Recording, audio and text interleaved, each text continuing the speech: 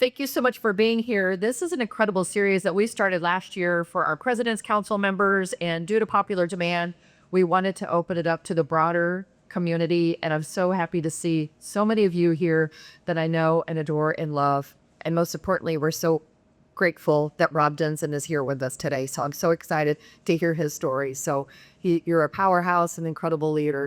And we'll introduce Rob more formally in a moment. But a little bit about what we'll do today is we will go around the room, and I want everybody to introduce who you are and where you work, because I think that's so critical to knowing who is in the room, who are our community leaders, and that's just something that we value at the Chamber. And I also want to mention that we've got some great more leaders that are going to be part of this series as well, and I'll mention them at the end. This event, however, is presented by Legacy Bridge Private Family Offices. I don't know if you've seen their glorious offices right across from the Mid-American Energy Recplex. Bobby is here for Legacy Bridge Private Family Offices as well. Thank you, Bobby, for your support of this series. I want to tell you a little bit about Legacy Bridge if you're not familiar. About Legacy Bridge, your legacy is more than how you spend your money. It's about how you spend your time. From streamlining your financial reporting and helping you establish a charitable trust, to coordinating service providers and educating your family about investing. So important. Legacy Bridge Private Family Offices help you manage every aspect of your life more easily, so you have more time to live life more fully. Doesn't that sound beautiful? Sign me up. Services they offer include family administrative assistance, bill pay and cash flow management, accounting, analysis, and recording, and integrated planning. So for more information, please contact Bobby or visit them on their website at legacybridgepfo.com. So thank you, Legacy Bridge, for being our presented block of the series. Since becoming president in 2003, he has increased enrollment by more than 50%, led the expansion of over 220 programs, yes, you heard that right, 220, and empowered nearly 60,000 students each year to dream bigger, reach higher, and achieve more. His focus on quality instruction, affordable education, and deep public-private partnerships, boy, that is so true, has redefined what community college leadership can look like. Born and raised on a farm near Homestead, Iowa, Rob is the first native-born Iowan to serve as DMACC president and the longest survey in DMACC history.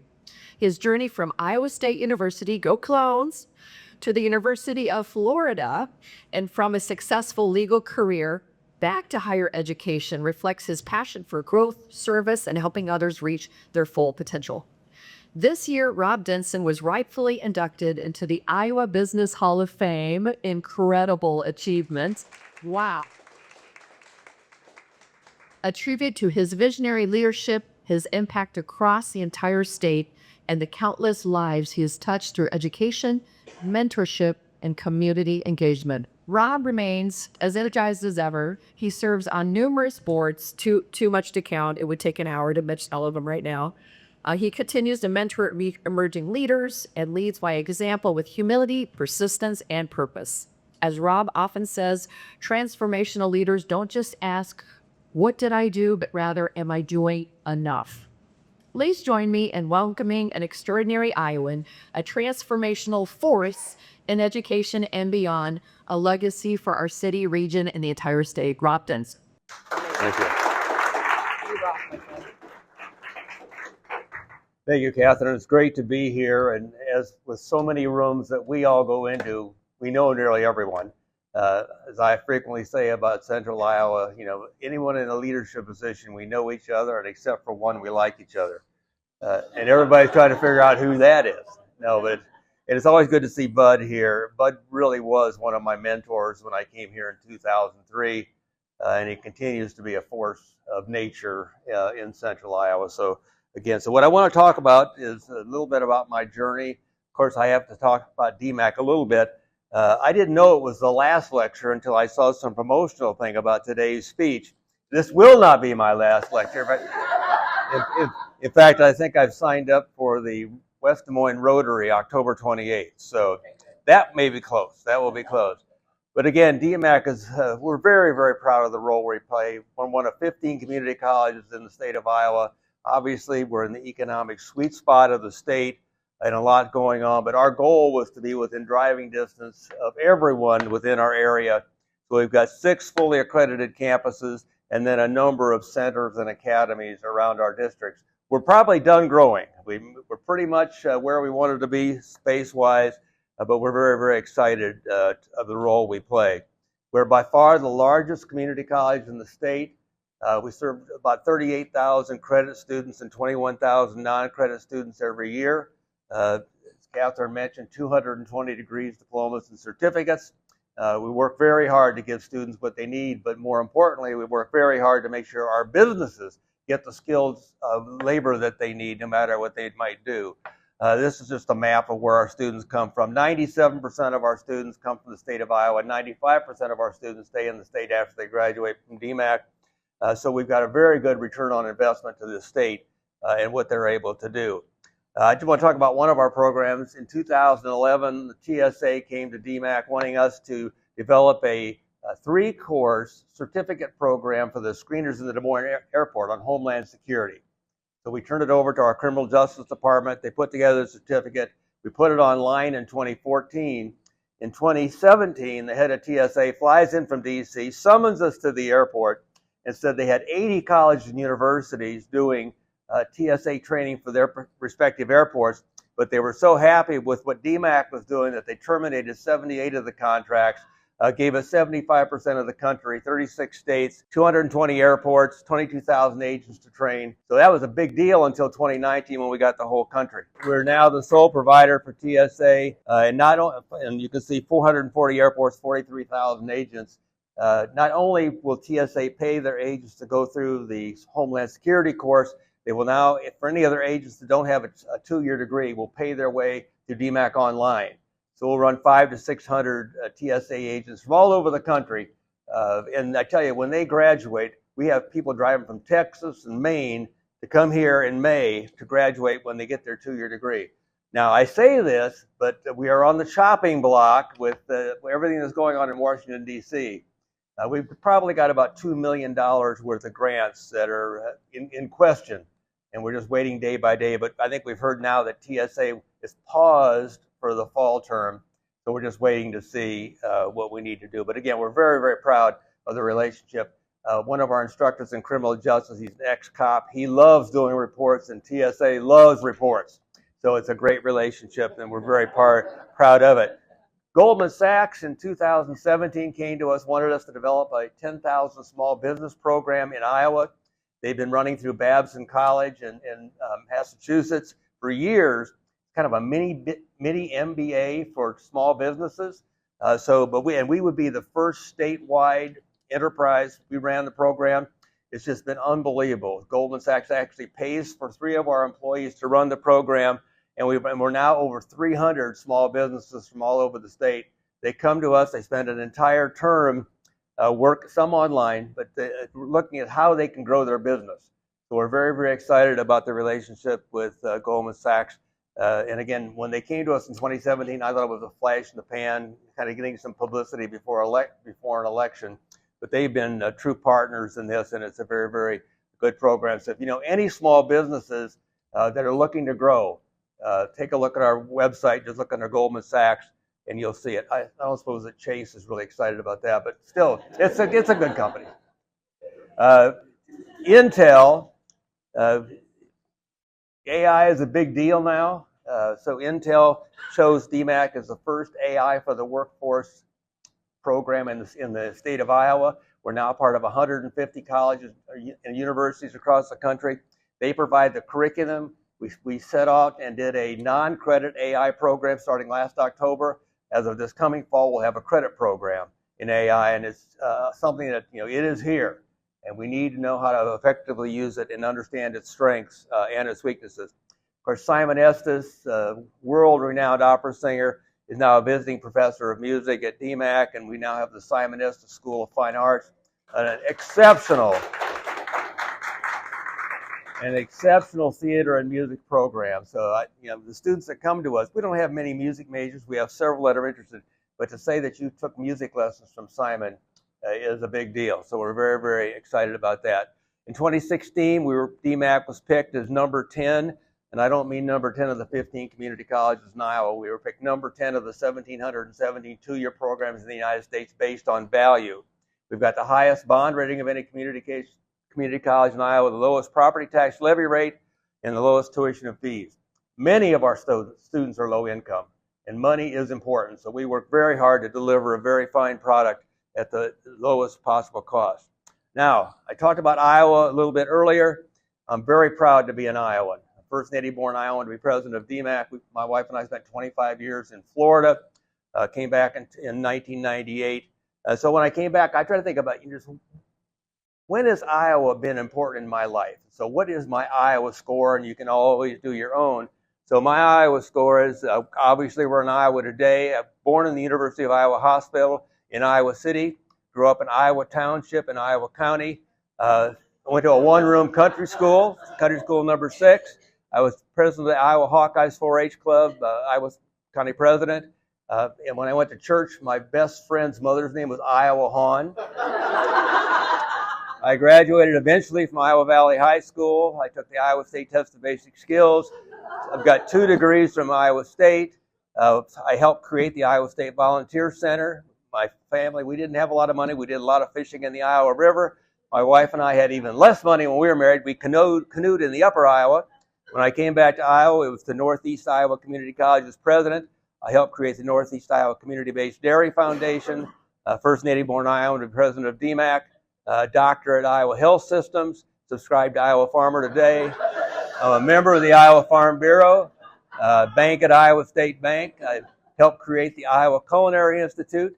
I'm on the board of the Agribusiness Association of Iowa, the Iowa Association of Business and Industry, Iowa College Student Loan Board, Iowa Association of Community College Presidents, the Iowa Quality Center Board, Iowa FFA Association, helped create Iowa Employment Solutions, Technology Association of Iowa, the Iowa Direct Caregivers Association, the Iowa Innovation Gateway, Iowa Rural Development Corporation, the Iowa Immigration Coalition, the Iowa Grocery Industry Association, the Iowa STEM Council, Future Ready Iowa Alliance, and I have an Iowa driver's license. And I've had more than one unscheduled meeting with the Iowa Highway Patrol. But as Catherine mentioned, I'm very proud to be inducted into the Iowa Business Hall of Fame, and it's not because of that honor. It was a great event last May 1st. This is our family, my 2 kids, which is my son and then his wife and then my daughter between my mother and I. They flew in from Birmingham, Alabama, and Tacoma, Washington. I go home to change to get ready for the event. There are my kids. And that was the only time during the day that I almost cried. And of course, my mother, with my sister on the far end, and then my mom, she's just little less than 98 years old, or 99 years old, excuse me. Her birth date is the same day as Kim Reynolds. They had never been able to meet, and so at the Hall of Fame event, my mother was there, and then got to meet Kim Reynolds. That was big in her life. My sister brought her down. We had several hours with her before the event. We had the whole event together. It was just an unbelievable experience to have with her. She only lives in Cedar Rapids, but I'm one of those kids that didn't go home often enough. But so we have the event on May 1st, May 3rd, which was Friday. I called her at 3 o'clock. No answer. And she always answers the phone. So I waited 30 minutes, called at 3:30. No answer. And of course, she's almost 99. So I called my sister who lives right next door. I said, go check on Mom. So my sister went over, and this is how they found her. Mowing her grass. My employers over history, I worked my way through college driving a semi for the Kent Feed Corporation out of Homestead, Iowa at the time. I went to Iowa State, got 2 degrees, a bachelor's and a master's from there. I worked for Iowa State for 2 years as an assistant dean of students. Then went to the University of Florida as an assistant dean running leadership, discipline, and orientation. I did that for a number of years, picked up a law degree while I was there. Then I went to work for the University Attorney's Office doing patent licensing for a couple years at the university. Then I opened up my own personal injury trial practice. I did that for 16 years. In 1998, I closed my practice, retired.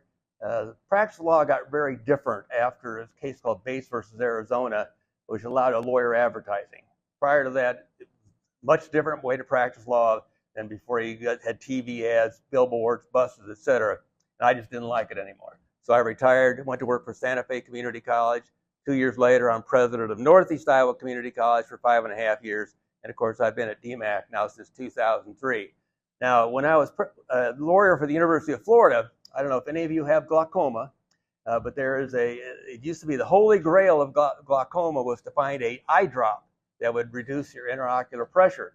And they had pills that you had to take, and the pills always had side effects. So a guy named Tom Marin, professor at the University of Florida Hospital, developed this drug that we licensed, that I was one of the lawyers that licensed it to Merck, called TrueSop.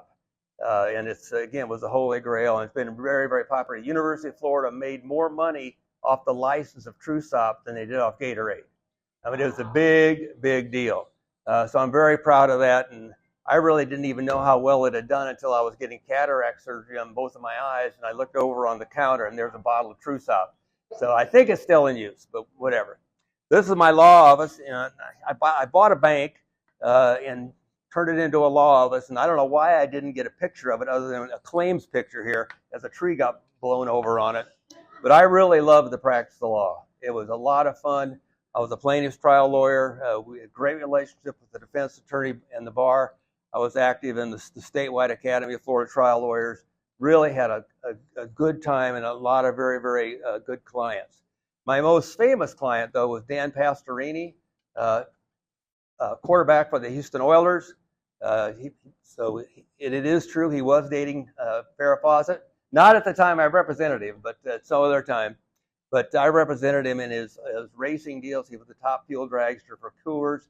He got into IMSA motor racing, so we had a claim against the company that tried to take away his business, which we won in federal court. But so he's my most famous client. Garth Brooks was right. Thank God for unanswered prayers. I'm a firm believer, and when I talk to all student groups, I tell them there will be disappointment in your life. I can tell you I've had some significant disappointments in my life, but had any of those not happened and worked out the way they would and did, I wouldn't be where I am today. Again, at Iowa State University, I was a freshman there. I wanted to be a hall resident. I was in Friley Hall at the University Chamberlain House. I wanted to be in HR. This was May of my first year. I go down and get interviewed, and the guy asked me, tell me a joke. It was a stupid interview, and I didn't get the job.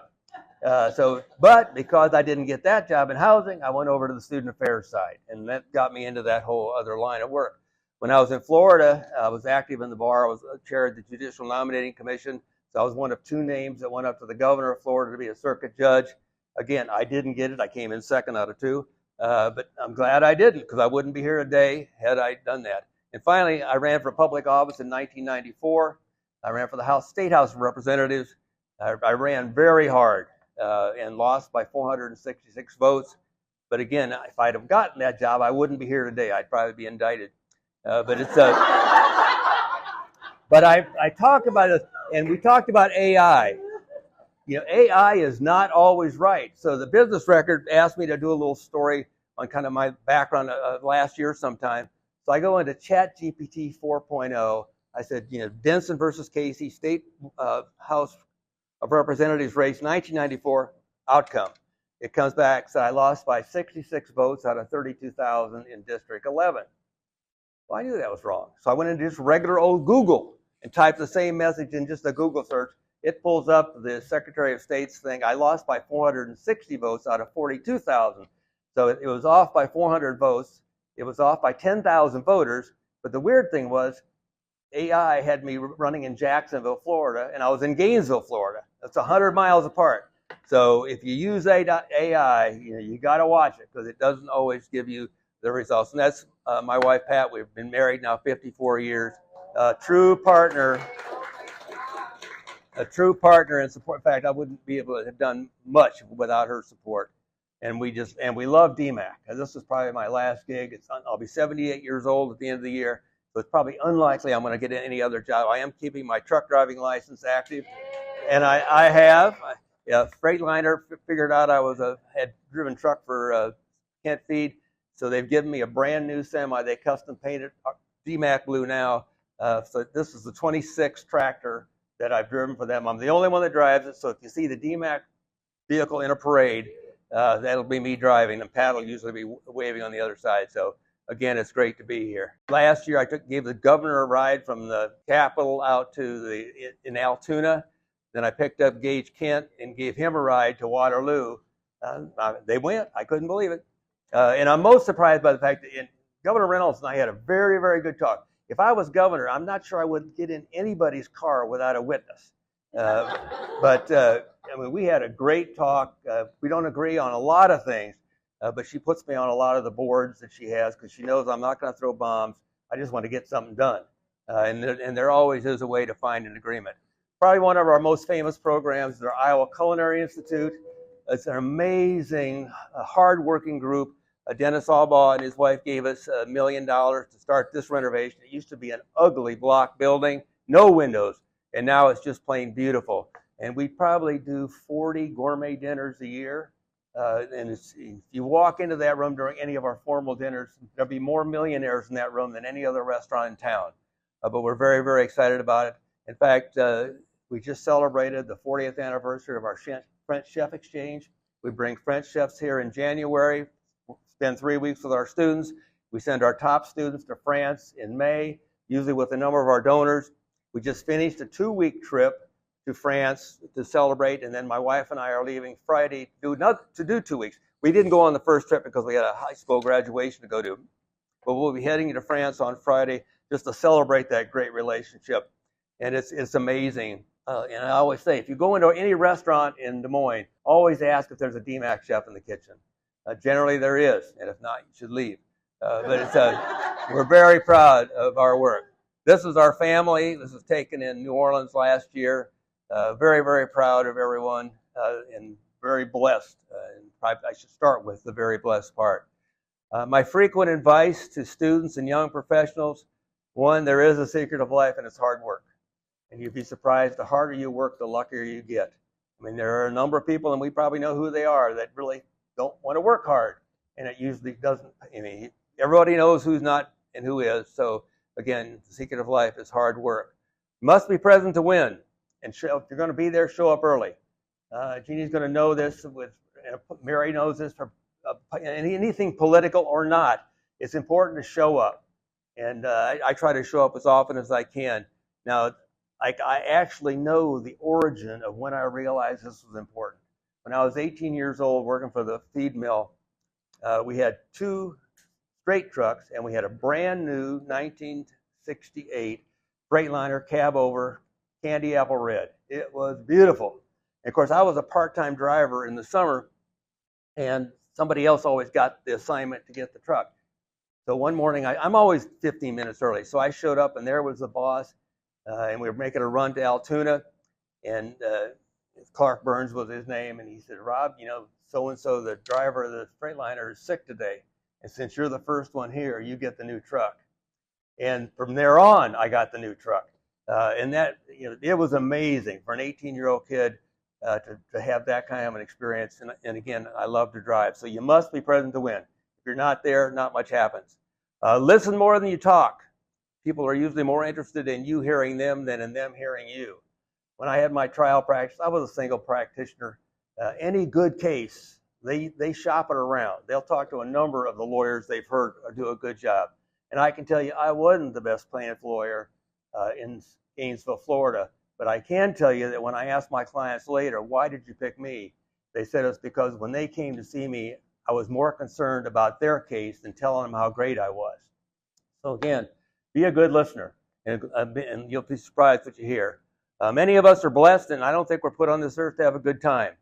Those of us who are blessed must work to help others. And everyone in this room, there are a lot of people out there that work very hard, multiple jobs, good family people, but oftentimes they can't buy a vowel. Sometimes it's luck, sometimes it's not being in the right place at the right time. But again, we're all blessed, and I think it's our obligation to pass it along. Conduct an environmental scan of journals and newsletters in your profession. I get to work about 5:30 every morning, and I've got 15 or 20 newsletters, and journals that all electronic, and I'll get all free. I don't pay for anything, that I go through. And I'll review them. And if I see something in there that's about another community college president or community college doing something, I'll send it to all the community colleges and say, look what DMACC's doing. DMACC just opened up a pilots program today, so I sent that email today. But again, recognize others for what they do. People appreciate being thanked and recognized. And the second is Intel. I'm looking through this journal one day, and Intel announces this AI for the Workforce college program. And first thing I could see from the map that there was no one in Iowa that was an Intel or AI for the Workforce college. So I started that discussion with Intel, which led to our non-credit program and now our credit program. Because again, AI is going to be very, very important. You maintain a work-life balance, knowing that it's the work that balances your life. I think, I've worked very hard. My wife's worked hard. My kids work hard. But again, it's what you do and what you're able to accomplish in your career that helps pay for and facilitate most of the other things that you want to do in your life. Well, my grandmother was from Nova Scotia. She became a teacher. She took the train as far west as it would go, and I came into Saskatchewan. She taught in a sod schoolhouse. At some point during that process, met my grandfather. They came back to Iowa. Well, over the years, with all the families, been divided up. But my two brothers and sisters and I, we have never seen the land. So sometime in our trip, we're going to go see it. Now, it's all been sold, and we sold our last bunch in 2002, but we kept the mineral rights. And I just got a note from the lawyer that represented us that there's substantial energy activity in the area of our farm. So I'm hoping I go up there and do not see a damn oil well on the land, because that will consume the rest of my life in litigation. But we're looking forward to it. Just drive around. So I'm going to talk a little bit. DMACC has been amazing. I mean, I have always been blessed. I have never had a job I disliked. I've never had a job where I just couldn't wait to get to work. So I'm going to talk a little bit about how we view DMACC. DMACC, when all told, our students are pure gold. This one for them good jobs with good pay straight up. Working, whiling, living it up in the city. Are working hard for all of you. Go anywhere else, it's a pity. DMACC, hot damn. We teach the nurse and the firewoman. DMACC, hot damn. We work until we retire, man. DMACC, hot damn. Say it once and say it again. DMACC, hot damn. DMACC comes with a plan. Break it down. Students say hallelujah. Family say hallelujah. Company say hallelujah. If DMACC gives it all to you, if DMACC causes it to you, DMACC is the one for you. All right, we're heading out of here. I've got to leave here at about 10 till we're meeting with Des Moines orthopedic surgeons. They're interested in us developing a radiology tech program, a rad tech program, which is big demand. I don't know why we haven't had one before. So we're going to start that discussion at 1 o'clock today, how we go about that process. And I think the key to community college success is our relationship with businesses. I mean, we are the ones that provide most of the skilled workers throughout our territories. And again, there are 15 great colleges. And one thing about the community colleges in Iowa, in most states, colleges sue each other over the distribution of money. In 2011, DMACC and the other 14 colleges came together. We created a funding formula where we divide up the state's money in a way that helps the smaller colleges and the more rural areas be more of a success. I mean, we've got an economy of scale nobody can touch. So we want them to be successful. We want no consolidation because we've each got a pretty large area to cover. And so we really think that we've got the formula as to the number. Well, last year, and the gap had gotten pretty wide. As of last year, DMACC made $2,100 per student. Iowa Lakes made over $6,000 per student. So the legislature gave us the authority. Heretofore, it's always been in code how to divide up the money. Now, annually, the community college presidents can decide. I mean, that is not true in any state. But our legislature gave us that authority. And again, our attitude hasn't changed. Back in 2011, when we came up with this formula, we spent years coming, how do we do it? And then when it came to the vote, there were 15 colleges. I was the last vote. When it got to me, there were 7 for the formula, 7 against it. And I was the 15th vote for the formula. And it was strict. It was against the interest of DMACC to do that because we'd have made a lot more money had that formula not worked. But also, there are several colleges that wouldn't be here today. So again, you've got a lot to be proud of in the state of Iowa. We've got a great community college system. Any questions? How have you balanced having the lowest of everything, lowest tuition, lowest property tax rate, and all these amazing programs? How do you hire, retain, deliver on such excellent programming at such a good? It's because our enrollment is so strong. I mean, we've grown, and we're now, as of last year, we're bigger than we were pre-pandemic. We all took a little bit of a bath during the pandemic. We are bigger than we were then. So it's all based on enrollment, and we've got a very large property tax base. So that is a big help also. About 26% of our operating budget comes from the state. About 52% comes from student tuition. We got, and the rest of it's either local property tax or grants and contracts. So it's a balancing act, but we've got an unbelievable CFO that keeps track of the money. DART, we are the largest single user of the DART Universal Pass program. Did I get that right? So, well, they can ride for free, not just to class, but to grocery store, church, wherever they're going to go. So it's a great program. It saves us a lot of money, and it gets students in the door. How do you decide? So obviously there's, a vast range of programs. How do you decide when to take on a program and when to say, hey, maybe we'll pass on this as a benefit for someone else? We need jobs. There have got to be jobs in our area that the students can graduate into. Because every one of our programs has an advisory committee of the businesses that hire students out of that program. So they tell us what to teach, the competencies, the equipment, et cetera. So that's number one. And number two, there's got to be a student interest. We start a program, students generally flock in, and if they don't, we don't have the good program. And we close a couple every year. They just don't have the numbers. And we don't have the money to be milking something along if there's no student interest. So student interest and employer demand, that's all we need. One of the things I always admired about you, Rob, is your instincts for business, because I perceive you to be an extremely successful businessman versus just an academic president that is leading an educational institution. And I don't see that to every education institution in our region. So how do you sharpen your business skills, and how do you influence other academic leaders to do similar things? Well, again, I'm going to make most of it's because of our involvement with the local companies where we are. So any executive in Des Moines, I generally know who they are. We meet each other. We talk about what's going on, what the needs are. These advisory committees, they tell us 5 or so years ahead what they think is coming down the pike. So again, you got to run the numbers and make sure that there's jobs and a number of students that are coming in. But a lot of it's luck too. Not every deal we've gotten into has been good, but most of them have. And I think the fact that we've got bipartisan support in the legislature is because we stick to our knitting. We know what we're here to do. Now, a challenge that we've got, the legislature has asked the community colleges to give them a report about community colleges doing bachelor degrees. I am not in favor of that. We're doing the study, and 24 states now have community colleges doing bachelor's degrees. When we lived in Florida, the community colleges there started doing 4-year degrees, but that was because there's 11 universities and you couldn't get in. Just so many people there. It was a matter of capacity. And my argument to my fellow presidents is there's plenty of capacity at all 3 of our regions and all the privates we've got.